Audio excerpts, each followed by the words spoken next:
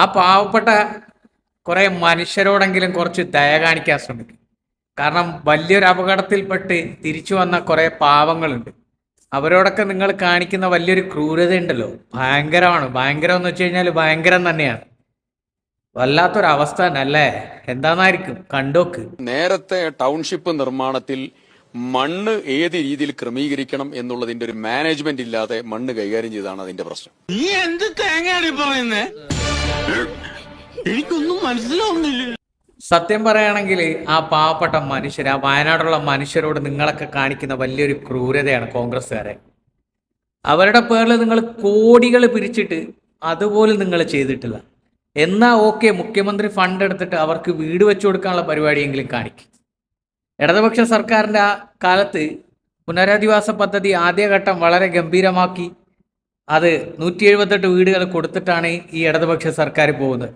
രണ്ടാമത് പുനരധിവാസ പദ്ധതിയുടെ ഒരുക്കങ്ങൾ നടന്നുകൊണ്ടിരിക്കുമ്പോഴാണ് ഇലക്ഷൻ നടക്കുന്നതും സർക്കാർ മാറുന്നതും പുതിയ സർക്കാർ അധികാരത്തിൽ വരുന്നതും. സത്യം പറഞ്ഞു കഴിഞ്ഞാൽ ഈ വയനാട്ടിലുള്ള ജനങ്ങൾ ചെയ്ത ഏറ്റവും വലിയൊരു ചതി എന്താണെന്നറിയോ?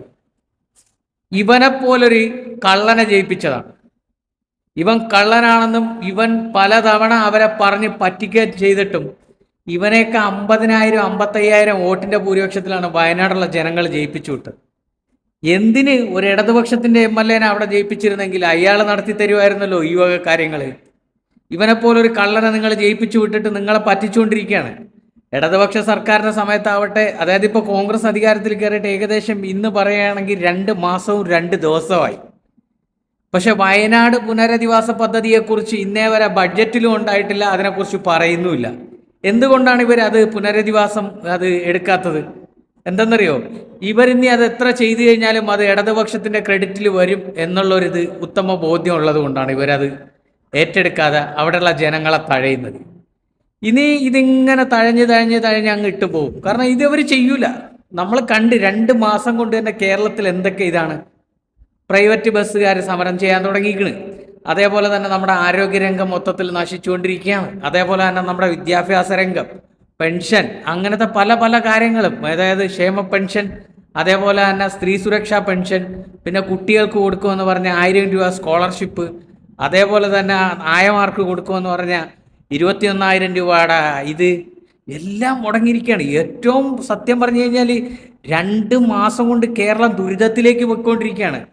വയനാട് ചൂരൽമലയിൽ മരണപ്പെട്ട സഹോദരങ്ങളുടെ പേരിൽ കോടികൾ പിരിച്ചിട്ട് അതുപോലും പുട്ടടിച്ചൊരു ടീമാണ് കോൺഗ്രസ്. പക്ഷെ അതുപോലും മനസ്സിലാക്കാൻ വയനാട്ടിലുള്ള ജനങ്ങൾ ഇവനെയൊക്കെ എന്തിൻ്റെ പേരിൽ ജയിപ്പിച്ചെന്ന് ഇന്നേ വരെ മനസ്സിലാവാത്തൊരു കാര്യമാണ്. സത്യം പറഞ്ഞു കഴിഞ്ഞാൽ ആ പാവങ്ങളോട് ഈ കോൺഗ്രസ് എന്ന് പറയുന്നൊരു പാർട്ടി ചെയ്യുന്ന ഏറ്റവും വലിയൊരു ക്രൂരതയാണ്.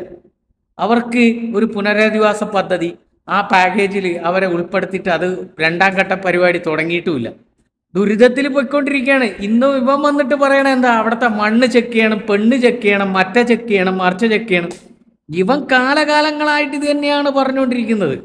ഇടതുപക്ഷ സർക്കാരിൻ്റെ സമയത്തും കോൺഗ്രസ് പിരിച്ച പൈസ എവിടെയെന്ന് ചോദിക്കുമ്പോൾ ടി എ സിദ്ദീഖ് പറയുന്നത് അത് ഞങ്ങൾ ചെയ്യും, സ്ഥലം മേടിക്കണം, മറ്റ മേടിക്കണം, മറിച്ച മേടിക്കണം. എൻ്റെ പൊന്നാര വയനാടുകാരെ, നിങ്ങൾ നിങ്ങളെ തന്നെ കുഴി തോണ്ടിയെന്ന് വേണമെങ്കിലും പറയാം. നിങ്ങളെ തന്നെ കുഴി തോണ്ടിയെന്ന് വേണമെങ്കിലും പറയാം. മൊത്തത്തിൽ കേരളത്തിലുള്ള ജനങ്ങൾ നിങ്ങളെ തന്നെ കുഴി തോണ്ടി. കാരണം ഒരു ഉപയോഗം ഇല്ലാത്ത ഇവനെയൊക്കെ 102 നിങ്ങളാണ് ജയിപ്പിച്ചു വിട്ടത്. അതിനുള്ള അനുഭവിക്കേണ്ടി നിങ്ങൾ തന്നെ അനുഭവിക്കണം. അല്ലാണ്ട് എന്തോ പറയാനാ.